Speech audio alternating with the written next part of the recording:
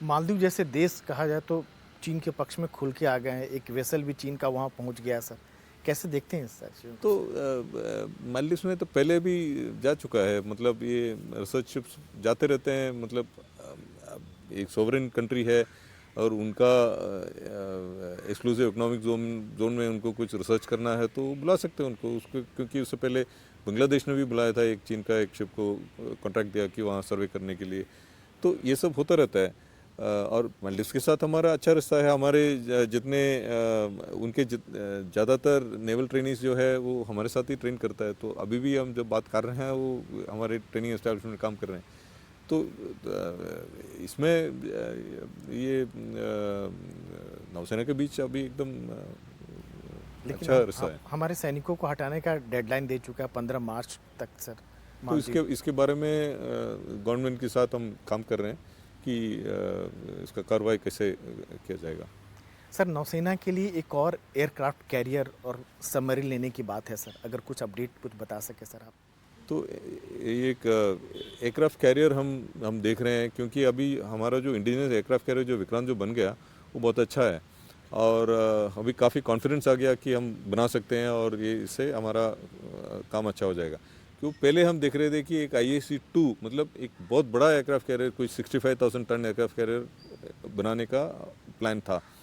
लेकिन अभी हम देख रहे हैं कि हमारे पास और वो बड़ा वाला एयरक्राफ्ट कैरियर IAC-2 बनाने के लिए इंफ्रास्ट्रक्चर, सबसे पहले इंफ्रास्ट्रक्चर बढ़ाना पड़ेगा, ड्राई डॉक बनाना है, तो काफ़ी कुछ उसमें काफ़ी और ज़्यादा इन्वेस्टमेंट है। लेकिन अभी हमारा थॉट प्रोसेस ये है कि जो विक्रांत है वो एक अच्छा जहाज़ बन गया और अभी मॉडर्न टेक्नोलॉजी से अनमैन्ड कॉम्बैट एयरक्राफ्ट भी चला सकते हैं ये कैरियर से। और बाकी नए सेंसर्स और मॉडर्न गैजेट्स वगैरह भी उसमें आ सकता है।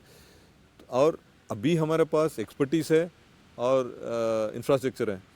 तो अभी हम देख रहे हैं कि एक रिपीट ऑर्डर ऑफ IAC-1, ताकि विक्रांत जैसे ही एक बनेगा जिससे हम मैन्ड अनमैन्ड सिस्टम दोनों ऑपरेट कर सकते हैं, जिससे ऑलमोस्ट सिमिलर कैपेबिलिटी जो बड़ा एयरक्राफ्ट कैरियर हम सोच रहे थे उसके बराबर या उसके आसपास तक का कैपेबिलिटी बनना चाहिए। तो इसलिए हमारा प्रोसेस ये इसका केस हम अभी मूव किया है, अभी उसका वो प्रोसेस में है और कोचिन शिपयार्ड में एक्सपर्टीज़ हैं, लोग हैं, सब कुछ है।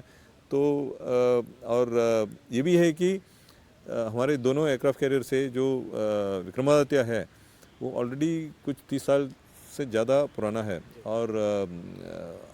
और ये एयरक्राफ्ट कैरियर बनते बनते और 10-12 साल लगेगा, तो तब तक विक्रमादित्य तो डिकमीशन हो जाएगा।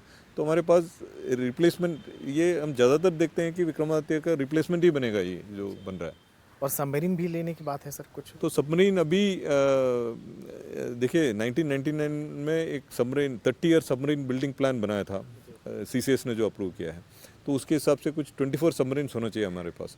तो जो पुराने सबमरीन्स जो है वो डिकमीशन होता जाएगा और नया बनता जाएगा। तो ये फर्स्ट स्टेप जो उसमें था वो 75 था।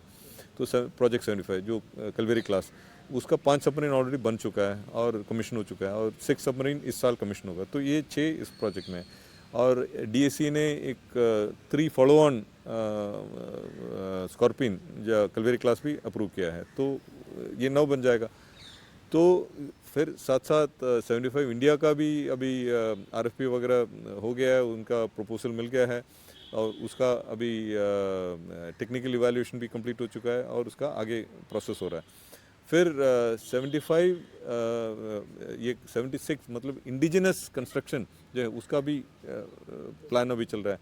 तो फिर हम ये अटैक सबमरीन जो न्यूक्लियर अटैक सबमरीन, उसका भी केस अभी प्रोसेस में है। तो काफ़ी केसेस जो है वो आगे चल रहा है। सर वहीं अमेरिकी ड्रोन प्रेडेटर भी लिया जा रहा है सर, तो नौसेना के लिए कैसे देखते हैं गेम चेंजर होगा सर? तो ये MQ-9 भी, तो ये हेल बोलते हैं इसको, हाई ऑल्टीट्यूड लॉन्ग एंड्योरेंस वाला ड्रोन है। इसे काफ़ी दूर तक ये जा सकता है, क्योंकि ये बहुत हाइट में फ्लाई करता है और काफ़ी एंड्योरेंस है। मतलब वो करीब 2 दिन का एंड्योरेंस है उसमें। तो इसलिए इसको हम यूज़ करते हैं फॉर सर्वेलेंस, और वहाँ जाके वो काफ़ी देर वहाँ रह सकता है। तो तीनों सर्विस के लिए काफ़ी इम्पोर्टेंट है।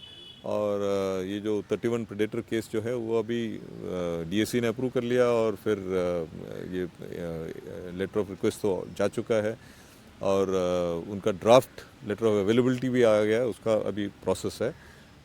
टाइम लगेगा मेरे ख्याल से, और फिर वो जो आएगा तो काफ़ी कैपेबिलिटी एनहांस हो जाएगा। तो हम भारतीय नौसेना तो दो MQ-9B सी गार्डियन जो बोलते हैं उसको पिछले 3 साल से यूज़ कर रहे हैं, मतलब लीज पे, और काफ़ी अभी एक्सपीरियंस हो चुका है। तो हम हमारे लिए तो बहुत ही यूज़फुल है।